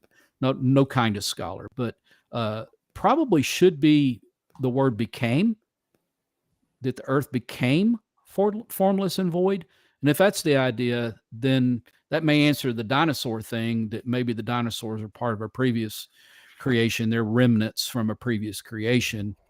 And that's where those fossils and so forth happen. I'm at least open to that idea. Can't prove it, wouldn't be dogmatic about it. But there it is. I think the creation story, there's certain things that predated those days of creation, and that would be the water and the land and those things. Though they were formless and void, you couldn't perceive them. They were there. They pre-existed the rest of that. But I also believe ultimately God created those things. When? I don't know. I don't think we're told. So do you think, now I heard you say 6,500. Do you think because I've always kind of thought we're like at the 6,000 year mark. You think more of a 6,500? I think I'm probably more toward the 6,000. I've kind of just given some ranges that are kind of within the young earth thing. And then one that I haven't done a lot of research on, it just seems odd to me that, what are the dark ages, and then how clear is our history, right? Should we have a time since Christ where where we have long periods of times that we don't have much history from it? Has somebody tried to remove those histories? How accurate is the Gregorian calendar or whatever? I don't know. I don't know any way to go in and prove, unless I understood the cycle of the planets enough that I could run the tape backwards, to say, okay, it's been this long. But if our current dating is correct of when we are, then yeah, I would fall somewhere in that 6,000 year range. Certainly not billions of years. So what are your thoughts? So, that's part of the reason that I think that, we're at that date, we're at that time, because I think, like, it's my understanding, it's my belief that there's only 2 more things that have to happen. We have to rebuild the temple on the mound, and then you have to have the abomination of desolation. And I think we're at those 6,000 years, at least if you look at like someone like Rob. I've looked at a few other people, but Rob Skiba comes to mind, and he kind of adds up all the dates biblically. And and then you get to there's 1,000-year reign, right? New Jerusalem comes down, you got 1,000-year reign. And I'm curious, it's odd to me that that's in the Bible. Like, there's this 1,000-year reign, and it's weak, because you're like, wait a minute, why just 1,000 years? What happens after 1,000 years? Do we start over? Does it go back into the 7,000-year cycle? Or, like, do you have any thoughts on that, or any? Well, I do, but they're going to be very, very unpopular, right? So my view on Revelation is that it was about those things that had to shortly take place, that it used apocalyptic literature. I think the best way to study the book of Revelation is to start in the book of Daniel.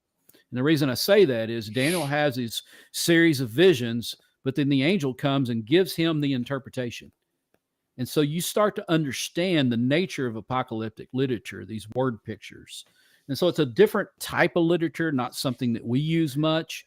And so I would understand all of that differently than you or Skiba or any of those guys. And I would be like what might call a millennial. I believe that we live in that 1,000. I believe Jesus is on the throne. We are in that long period of time that was called 1,000 years. In other places, in Daniel, we got times, and half a times. I mean, what is that?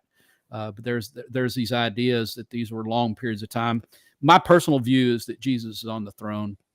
We're in that 1,000 years. When he comes, it's for all the dice. But that's my. Wait, you're not saying he's here. You mean, what do you mean we're in you think we're in 1,000 years? So I think that he sits in heavenly Jerusalem on the throne. Is he going to create a throne on the physical place of modern Jerusalem. I'm not in that camp, but that's just my position, which I know is real controversial. Whole different idea. There are hordes of books based on those principles of the rapture, of the premillennial, the postmillennial, all these things. But I would be under a camp that loosely be called amillennial, or that we're in the millennial reign of Christ. It's not a physical, him sitting on a physical throne. That would be my personal view. It's not saying I'm right. I'm just saying it's my view. Yeah, no, that's fine. I just had I had the conception that if we were in that 1,000-year reign, that it would be like heaven on earth, that, it would be, we wouldn't Based have the on problems what? we had. No, it was just an assumption, no, based on nothing, based on just like more of a hope, so theoretically we could, if you're saying that, like, theoretically it could remain, like, life could kind of continue on the way it's going for 1,000 years, or. So the preterist would have that view. I don't hold a full preterist view. So the preterist would say that all of the prophecy of the New Testament was fulfilled in the first century, the first 150 years after Christ. I think a lot of things that we've traditionally put at the end of time happened then, and those were about that. But I'm not a full preterist, and so I'm kind of a odd duck here. But Jesus sat down at the right hand of the throne of God. He's reigning. He's currently reigning. When he comes, he's going to hand over the authority back to the Father, right?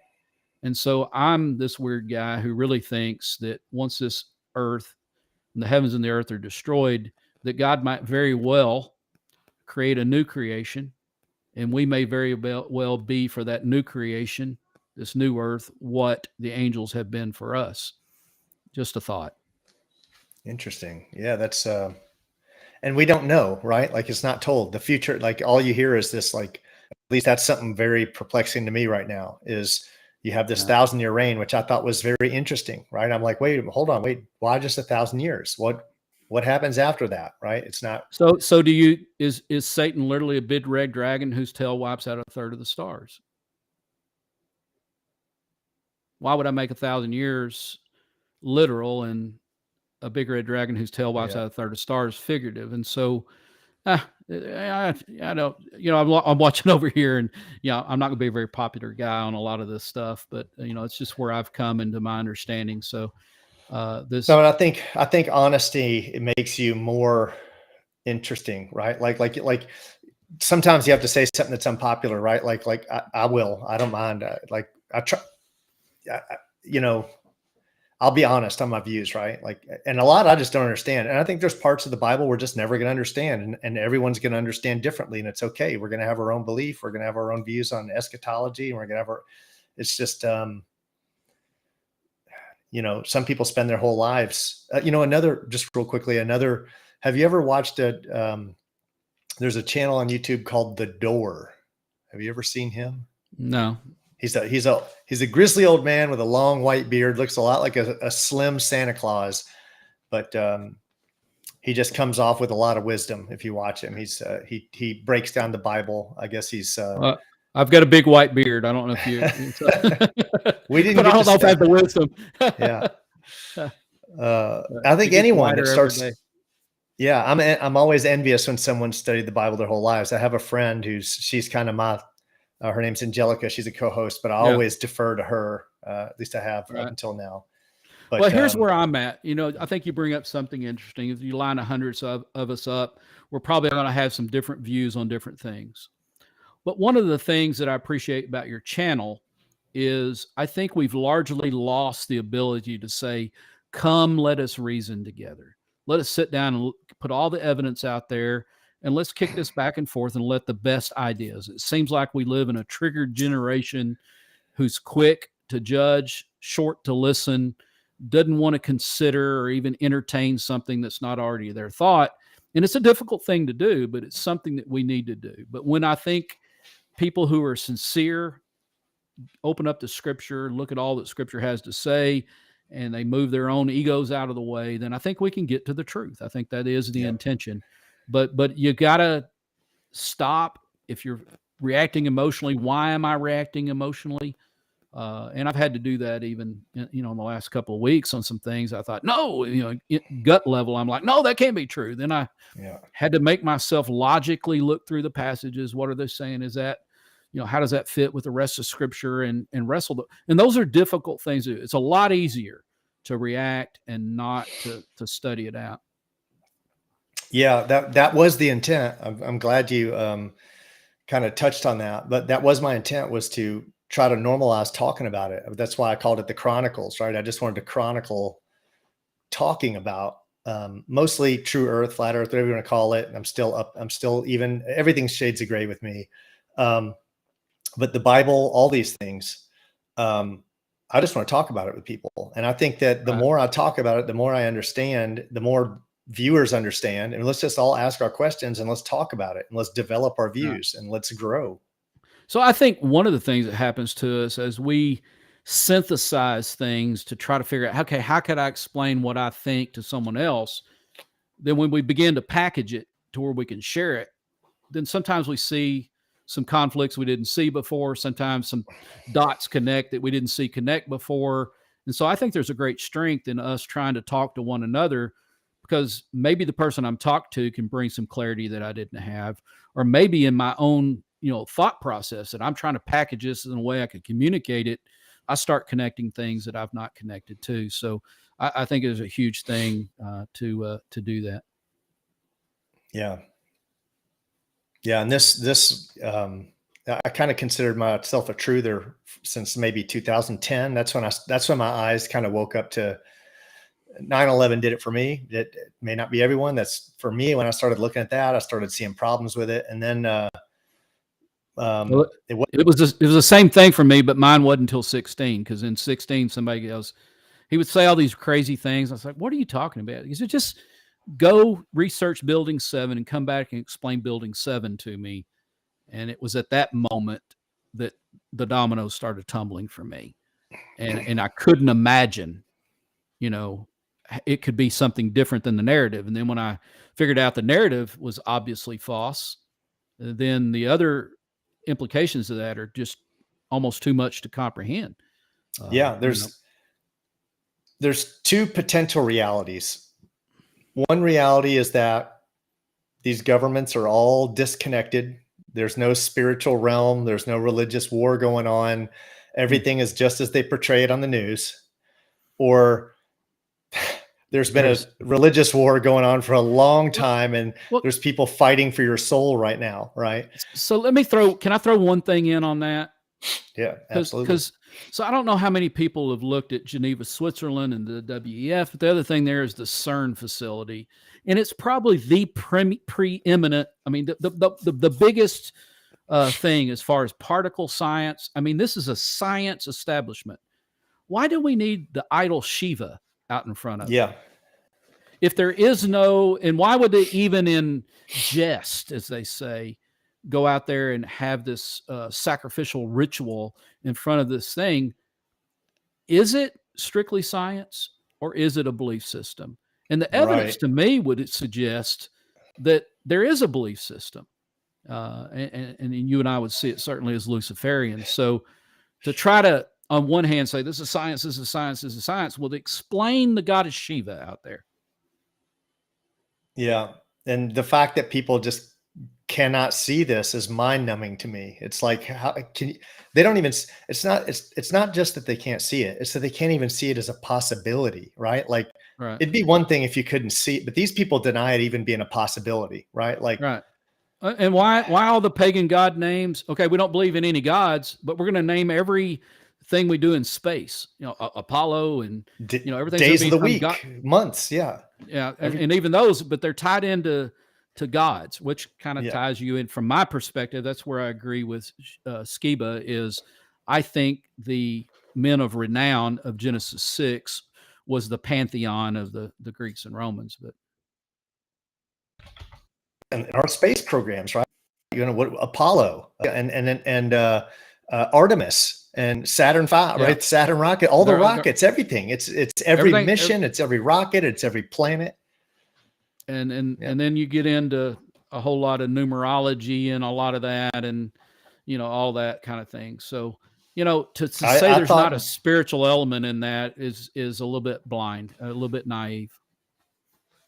yeah, I thought I really, when I first, it's funny because there's levels to this game. The numerology was one of the last things that I stumbled into, and I came by a channel called RV Truth. It goes by Russian vids. It's gone by RV Truth, but man, he just cracked the numerology code wide open for me. And I mean, they do use certain numbers as codes, and it's the reason we dial 911, right? Like when there's an emergency, 911 is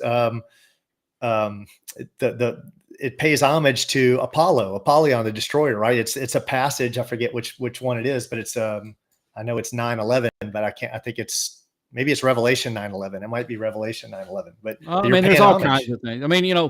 why would Washington D.C. be laid out in a pentagram? Why would there be all this symbology on a dollar bill? Why would there be and I don't know.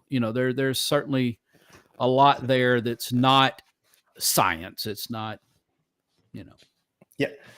So if you can't tie together the fact that 9/11, right, the building's coming down, and we dial 9/11 when there's emergency, right. Revelation 9/11 says, and they had a king over them, which is the angel of the bottomless pit, whose name in Hebrew tongue is Abaddon, but in the Greek tongue hath this name Apollyon. It was about homage. That's what it was. That's what 9/11 was about. It was about paying homage. And that's every time something bad happens, what do? You dial 9/11, right? Like anytime something horrendous, and this has been adopted over much of the world, right? 9/11. Right. Yeah. So yeah, there's plenty of that. There's plenty of that. And so, why does the 666 series of numbers continually show up in the heliocentric model? It seems like it's too much to be happenstance. 66,600 miles an hour around the sun, 2/3 of a foot, 8 inches per mile squared comes out 666. I mean, there's all these, the angle, the tilt of rotation, the inverse from 90 degrees is, 666, 66.6 degrees. And just over and over and over that comes. And I don't know that number is so much an evil number like I grew up, is that number is identified with this world system. It's the number of man. It is the number of this sinful Luciferian system. They're enamored with that number and a few others, but certainly that number. Yeah, it's beyond coincidence. It's like it's divine or something, right? It's like it just confirms spirituality, religion for me, right? Like it's like you've got these divine coincidences out there that are it's like the what's the word for that? The golden ratio or the Fibonacci sequence, right? It's like there's just certain things that are embedded into the code of this realm, right? Like yeah. All right. Let's see if we have any more questions real quickly. Guys, if you have any more questions there. anything you want to answer, anything you saw that was no, I mean, there's all kinds of ways for me to get myself in trouble over there. I mean, I'm a truth seeker, just like everybody else in this room. I hope everybody in this room is trying to look and see the truth, and just gain a lot of information. Give yourself time to synthesize through that information. It's amazing over time if you'll be open to looking at things, how you start connecting dots. Consider what the other person says. If it doesn't meet, the qualifications of being truth, well, then let it go. But I think these are good discussions. I appreciate you having me on. Appreciate you letting me, even though I don't think I told you much you didn't already lean, but I find some comfort in the fact that you and I see so many things, having completely come from different directions, come to many of the same conclusions. So, and I think that's what I wanted people to see. Like I wanted to have testimonies from all sides come together, right? Like I'm on a religious journey, and I'm so new. I'm shy to talk about it because I get so many things wrong, right? It's why I kind of stick to flat earth, because I feel like if people will kind of walk with me on that journey, they're going to end up on the same journey that I'm on. Right. So I figure for now, it's the best I can do. but I know what journey I'm on, unquestionably. I know who I pray to at night. Right. But yeah, if you have any other questions before we wrap up, guys, yeah, thank you. Well, I can't believe it's been an hour and 44 minutes already. But I enjoyed it. I always learn. There's always, you showed me several, what's the word for it? I always forget the wrong word for an excerpt from the Bible. It has, is it how do you call an excerpt from the Bible? Should I say excerpt? Just a passage or A whatever. passage. Thank you. That is what I was looking for. But yeah, I saw several passages I hadn't seen before. So I will go back through your slides and save those that I hadn't thought of in terms of. And I will send you, I'll go ahead and email you the more current version of that, which is a little clearer and has a little bit more in it. And at least the logic sequence is a little better in the one I intended to show today. Yeah. Awesome. Well, I don't want to take up too much of your evening. I think we're, That's awesome. We're up on 2 hours. I'll stay in touch with you, Russell. And I know one of the things I'm talking about doing is doing like a regular religious episode, if you will. I don't know how to word that. I'm going to come up with a cool, slick name for it. But I think there's quite a few of the people that subscribe to the channel that are, religious people, and I think they would enjoy a show like that. So I'll stay in touch with you if you'd be interested in being a returning kind of regular guy. I'd love to do that. Love to be on with your regular guys and be in there. Church of the Flat Earth, that question I would respond to. Everything that we know about Jesus, of anything he did or said, we're dependent on the New Testament. But there are extant things, Pliny the Younger and other ancient documents that place Jesus in Jerusalem, his death, darkness that day. There are things that put him in a time capsule. There was a real Jesus who died on a cross in Jerusalem. There was darkness that day. We can prove all those things or find all those things in literature outside of the New Testament from that time period. Awesome. And if somebody wants more of that, I can get you the actual citations. Someone, at least one person asked earlier how they could get in touch with you. If you want, I can just tell them to message me. I don't mind. I share my email address. Yeah, if you don't mind. Yeah. Yep. Yeah, guys, I'll share my email address here. And if they message me, is it all right if I give them your email, Russell? Or all of them, or the angry ones, or no.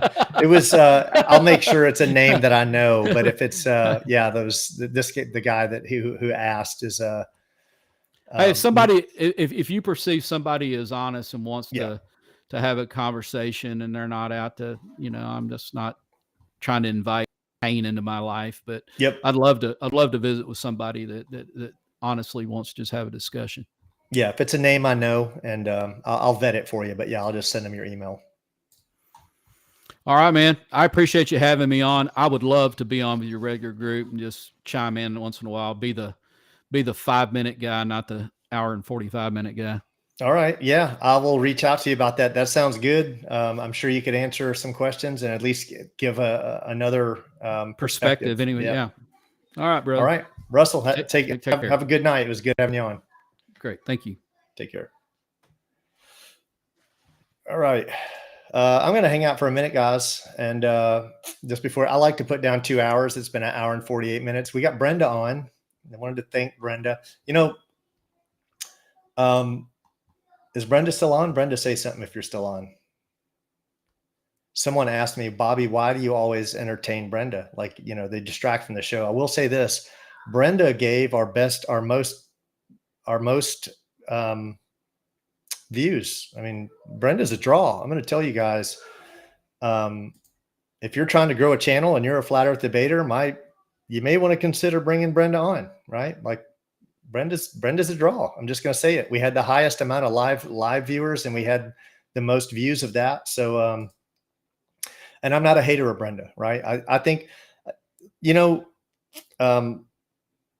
I believe that Brenda believes what she believes, and I hope, and I respect her for that, because I don't think Brenda's a troll anymore. I'm going to be honest. I think Brenda's someone who believes what she believes, but I wish she could understand my point of view, that I'm someone who believes what I believe. So if you think I'm dead wrong, then that would make me sick. And you should look at, I mean, I hate to say it, but you should look at me as someone, as you should treat me as if, I mean, you should, how do you say that? Right? Like, instead of hating me, either I'm right or I'm sick, right? Like, I'm not going to hate on someone for not having the same views as me. I'm just looking for some questions here. I don't know if anyone watched Owen Benjamin debate Jim Bob. That was really good. I watched that last night because what else? Anyone catch Witzett's testimony? He released a new one called My Testimony. That was really good. His channel, I'm on his Telegram, and it has been just nonstop about Trinitarianism, right? And they've been just going nonstop on that. So some people are liking it, some people aren't. I think we should look more for what connects us instead of what divides us. I don't think we should be focusing on what divides us, because we may not be in the same place a year from now, right? Like, you may be enemies with someone who's on the same road as you. I watched some Archaics last night. Just interesting. I'm not saying I subscribe to, like, if just because I watch a channel doesn't mean I believe everything they say, but someone recommended it, and he has some interesting stuff. It's just kind of, it's out there, but I entertain it. Trey Smith, I enjoy his stuff. David Vos, I enjoy his stuff. They have some, I'm not saying I subscribe to all of it, but it's interesting. I ponder it. When I first watched Trey Smith, I thought he was a very odd guy, very odd. But the more I listen to him, he's odd, but he's knowledgeable. He's educated. Which it is not a traditional Christian. Do you think he even won? I think he is, Brenda. I do. I do believe he is a true Christian, but I think we're all Christian in our own ways. I'm still learning what it means to be a Christian. I don't even know, honestly, struggle. Like, I don't even know who I'm supposed to pray to. Like, I'll be honest. That's why I almost try to avoid I saw where Jesus said the correct way to pray was the Lord's Prayer. So honestly, all I do is the Lord's Prayer, because I don't believe you should ask for anything. So I don't ask for anything. I just pray the Lord's Prayer. So I pray to our Father. But yeah, I mean, I believe in a God. Some people don't. It's really simple. But I don't think it needs to divide us. Yeah, it was different. Flat, like Stuart. I know. Yeah, I want to. I don't think, every show is going to be different, because we're going to have a lot of different guests on here. Today was religious. It was, that was Pastor Russell, and our beliefs are largely in line, mostly in line. And I felt better. It's like things I've wanted to say, but I don't have the same memory that he has to say it, right? Like, so it was cool to have him on, and he could, he's been doing this. This has been his livelihood. So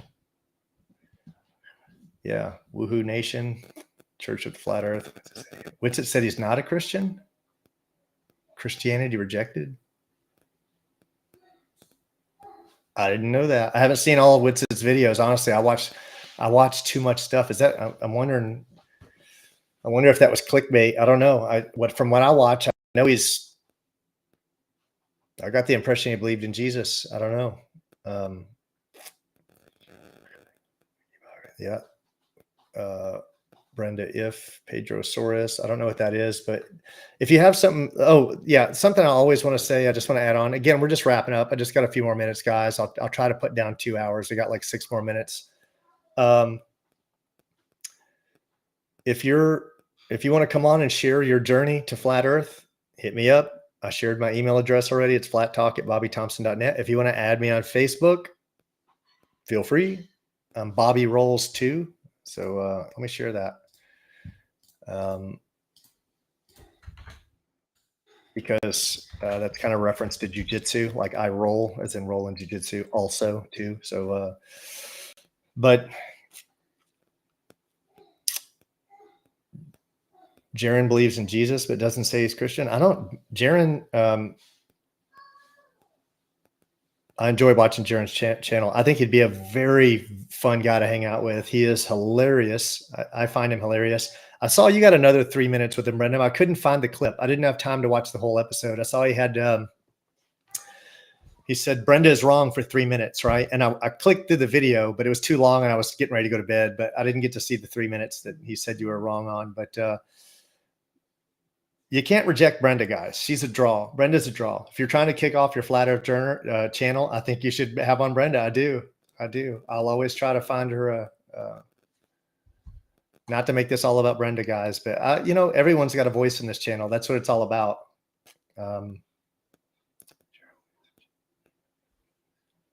Which it doesn't agree with modern versions of the Bible. He refers back to the original Hebrew version. I studied Hebrew for a while, for at least 6 months. And I got to where I could read words, and I knew I knew words for like milk and mother and father. And, I was on, what was I using? I was using two things. I was using Duolingo and Memorize. And if anyone's interested, I'll share you can motivate.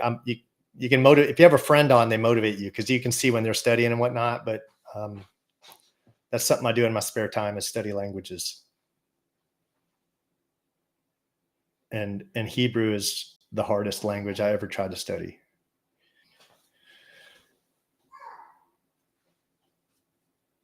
We should judge people on their faith. What? We should judge people's faith. We don't know what's inside a person. Yeah. There's really no telling how we're judged in the end. I know some people want to believe they know, but who knows?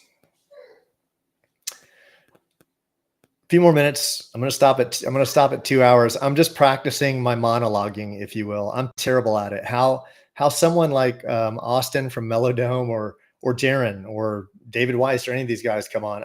This is just like, I'm using the last few minutes as practice. This is so weird for me. I'm not good at monologuing. I'm just not good. Ry Russ, I'll roll. Do you do jits? Roll any jujitsu? Anybody in here with BJJ, jujitsu, or wrestling? Don't judge a book by its cover. What's that in reference to? I don't get it. Oh, as far as like for what we're going to be, how we're going to be judged in the end. Don't judge a book by its cover. Yeah, I never would. Yeah.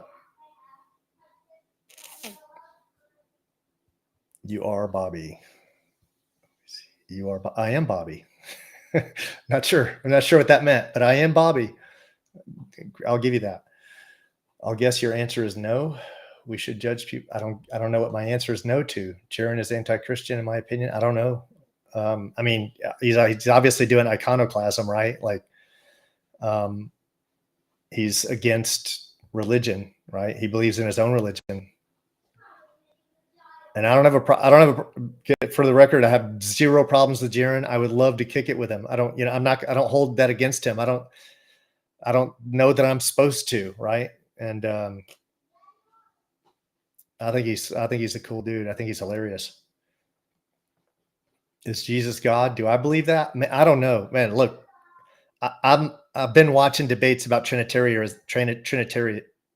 Now I said it like 10 times perfect. Now I'm going to screw it up. Trinitarianism. Yeah. It's hard. Like if Jesus said he's going to sit at the right hand of the Father, and like, there's things that just don't make sense to me. I agree. Like, there's stuff that just don't make sense.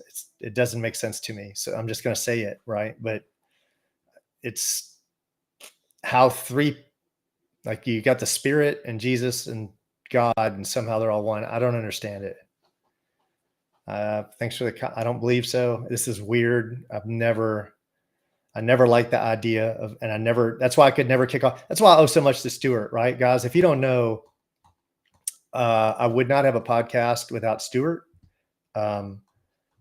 because I was looking for someone to come out and talk. I've like mentioned my videos, and he's like, bro, I'll come out and talk flat earth with you all day long. And I was like, cool. So finally, because I cannot monologue, right? I need someone to chat with. So without people like Brenda and Stuart and Russell and anyone,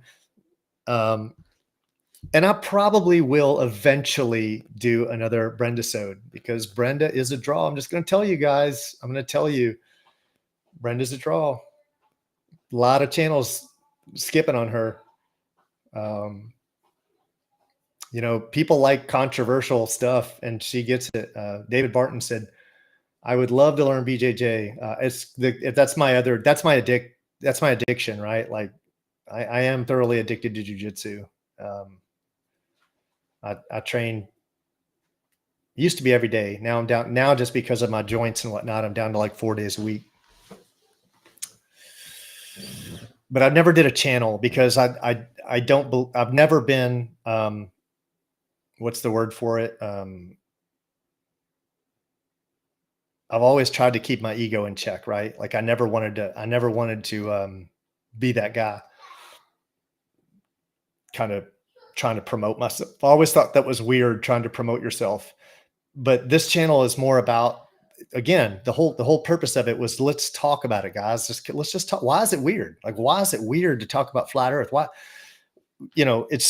you haven't been to space. Like, for people that I've got people on my Facebook and they're like, no, I'm not even going to entertain it. I'm like, have you been to space, bro? Like, what, am I missing something? Did you fly somewhere I didn't? I've been on, I can't even count how many airplane flights, possibly over 100, possibly. I've been to the Philippines alone 18 times. And I know it's 3 trips there and 3 trips back because I'm cheap and I always fly economy class. So that alone was 6 times 18.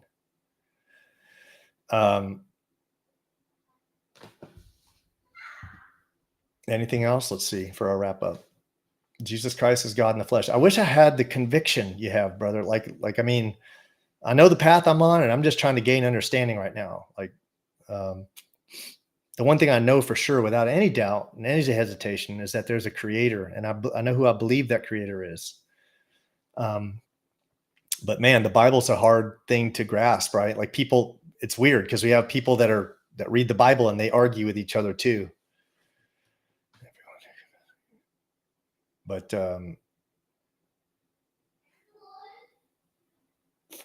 one of my Christian friends, he asked me, well, I remember telling my friend when I got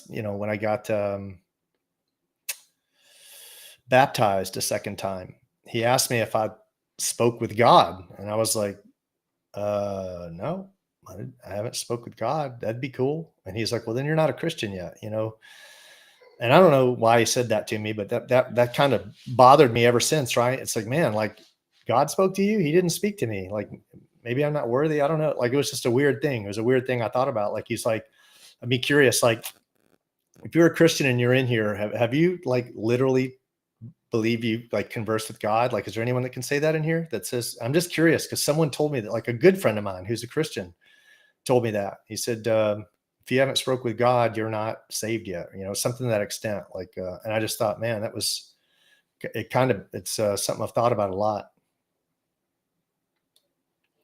David Barton said, let's roll, brother. Dude, I roll with everybody. I don't come on. And it's friendly. There's no hatred. But yeah, I have a school in Jacksonville and one in Georgia. So if you're ever in the area, hit me up. I'm in South Georgia and in Jacksonville. Be happy to have you in. Anyone's welcome to come roll. Yeah, whether we like it or not, we're all in the same path. We just don't all know it, right? We're all on the same journey for sure. Grace by faith. Yeah, and you don't have to be a Christian to be my friend. I don't care what you are. If you want to be my friend, I'll be your friend. I don't care. I think I believe that's just my belief system. I don't think that there's anything that says that I shouldn't be friends with anyone, right? I think it's just really simple. If you want to be my friend, you're my friend. I won't be embarrassed. I don't care who you are or I'm not embarrassed. If you want to be my friend, you can be my friend. Really, really simple.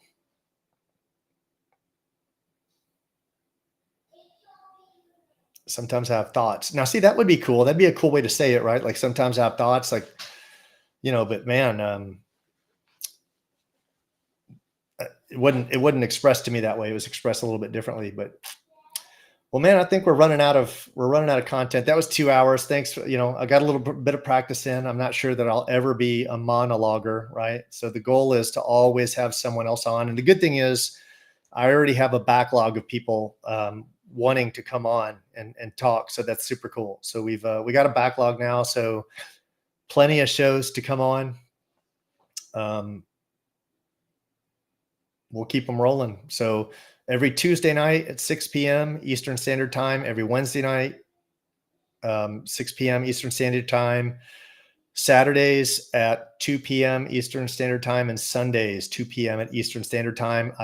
I'm creating the live links ahead of time now, and now they work. There was at first when I first started doing them, they weren't linking to the show on YouTube. I'm on Rockfin now, which is super cool because that's where all the cool kids are. So I'm Yahtzee on Rockfin. Let me give you, just real quickly also, but just before I go, that's weird. It ended, the live stream ended on Rockfin already, but let me give you my, if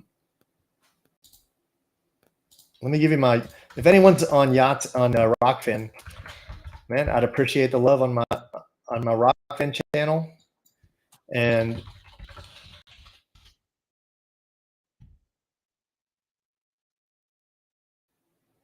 on YouTube, let me just share my YouTube channel real quick, because in case this one gets whacked,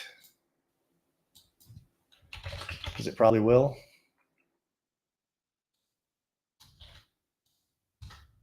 I got it right. That's it. That's my other channel. That's my backup. That'll eventually become my primary channel, that Yahtzee. I just thought it was a cool name. All right. God bless all of you guys, everyone. And thanks for joining. Hope everyone had a good time. Signing off until next time. Take care.